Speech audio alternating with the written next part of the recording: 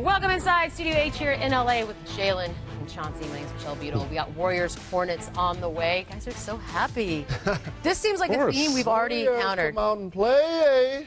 We are starting the show off with, guess what? Knicks talk. Yeah, ESPN so much, like the official network. Chris Haynes reporting the Knicks have tried to engage the Cavs in a Carmelo for Kevin Love trade talk. Cleveland reportedly not interested in such an exchange. Even before the news broke, Melo was coincidentally asked about the idea of playing with LeBron. Quote, yes, I do think he'd want to play with him. He'd want me to play with him. I don't think he wouldn't, but I don't know if it was about me. I don't think I'm the only playmaker in the NBA. Him talking about, of course, the outburst that we saw LeBron have about playmakers and whatnot.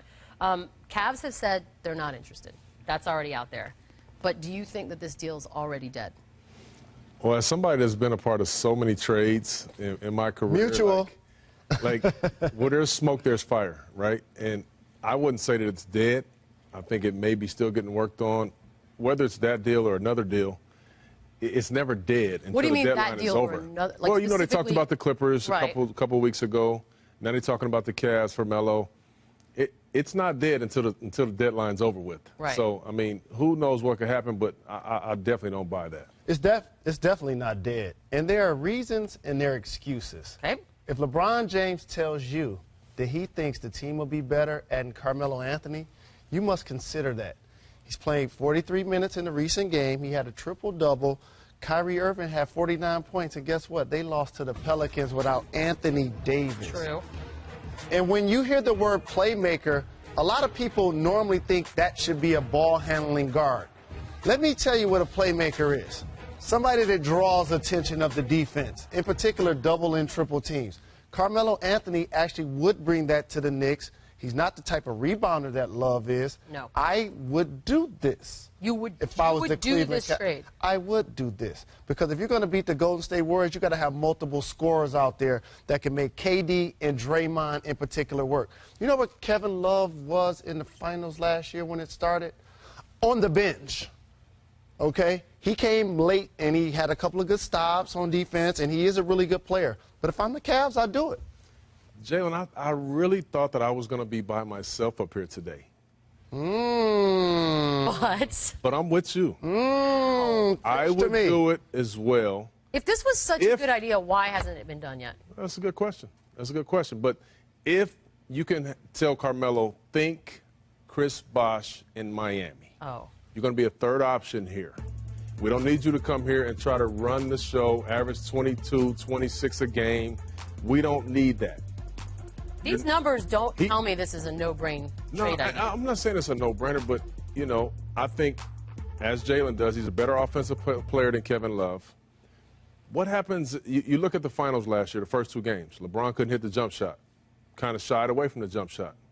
They get beat both games. Okay, now here you go, Melo. You already got Kyrie, who can't be guarded. Sometimes Jay is going, and sometimes he's not. He's the perfect superstar to play with. And I'm with you, man. I really think that they should consider this deal. Because it's not about getting through the Eastern Conference. No, it's not. It's about the finals. Correct. They're going to win the East regardless. But here's the thing. If you look at their roster, now that you add Kyle Korver, you can replace Kevin Love's three-point shooting. You have a couple of specialists with J.R. Smith, and Channing Frye, who are knockdown shooters. You get defense and effort from Shumpert, as well as the big fella, Tristan Thompson. So now, all of a sudden, who creates offense for the second unit? You start Kyrie and LeBron, and they're going to end the game. But when they're out of the game, who's going to make those other guys better? That could be something that Carmelo can bring to the table. And again, it also takes pressure off LeBron. You guys know that LeBron misses a lot of games due to rest, right? Sure. LeBron needs somebody else to play a lot of those minutes. Right. With this being said, they still need a backup point. They still do. Even if you get Melo in a trade, you still have to bring in a backup point guard. They're starving at that position. Their bench is horrible. And they're still the #1 team in the Eastern Conference, but that will catch up to you at some point. So the Cavs putting it out there in the universe that they've said no, what is that, posturing? Is that a negotiation maneuver? It's not dead. It just tells you, like he said, that it's something that they're trying to iron out. And there are other teams, in particular the Clippers, that are probably trying to get Carmelo in their uniform as well. But I do this deal, and don't look back. But let me ask you, was that your gut reaction? So when this first came across, your gut reaction, or did you talk yourself into it? No, my gut is, how can we beat Golden State? Okay. You got to have guys that can get you 20 in a quarter, 25 points in a quarter, that put fear in Draymond, that put fear in KD, and that's not something that Love was able to bring to that matchup last year. Beats, it took me a while to come around to this. So this was not instantaneous. It wasn't instant for me. I thought about it, and at first I was like, nah, I don't think I'll do it. And then I started thinking about my own personal experience with Carmelo.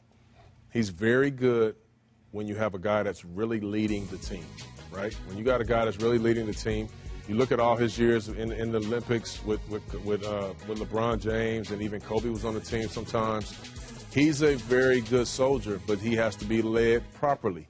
He has to understand that right now, he's probably a 4. He's not a 3 anymore. He's a 4. That's why this works. And that's why I think it's attractive as well. He's not a 3 anymore. He's a 4. He can go get you a bucket at any time. He's a matchup nightmare. But if he's going to win a championship, it's not going to be because he's the best player on the team anymore. Right. Love may be a better catch-and-shoot player that seems to spot up and get shots off LeBron and Kyrie.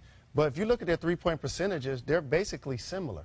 And Love takes over 50% of his shots from three-point range. Carmelo Anthony's one of the best mid-range players in the game. He's going to draw double teams. He's going to draw a lot of coverage and make it easier for LeBron. Because Kyrie, when he puts up his big numbers, he's not going to have a lot of assists. So LeBron, like, can we get somebody to create for me? I want to eat too. Can I ask you sort of a behind-the-scenes, in-their-heads type question? So if you're Kevin Love and you're seeing all of these networks now have this on their ticker and they're talking about it and all that, what are you doing today? Are you calling an agent? Are you asking, hey, is this true? Is this possible? I mean, because you obviously, if this were to happen, would get the short end of the stick. Well, he's definitely calling his agent saying, what's going on? Is there any truth to it? Where do I stand? But at the end of the day, this is not his first time having rumors and having some controversy. They talked a lot about him his first year there. Didn't play well, he didn't meet expectations. He wasn't invited But to he's a champion. He's a champion, and I think he's playing well now. I think he's going to be an all-star. Yep. But at the end of the day, nobody's untouchable in this league. And LeBron James was sitting there saying, listen, my time is running out. Get me to the promised land again. I didn't just want to win 1. I want to win 2.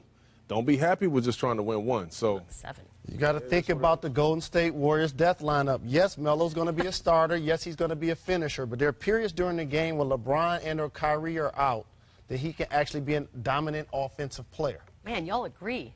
By the way, Coach Lou has said, he has spoken. He said today, this is your boy, by the way, we have enough on this team to win a championship. That's what coach is supposed to say. That's right. They are supposed to say that.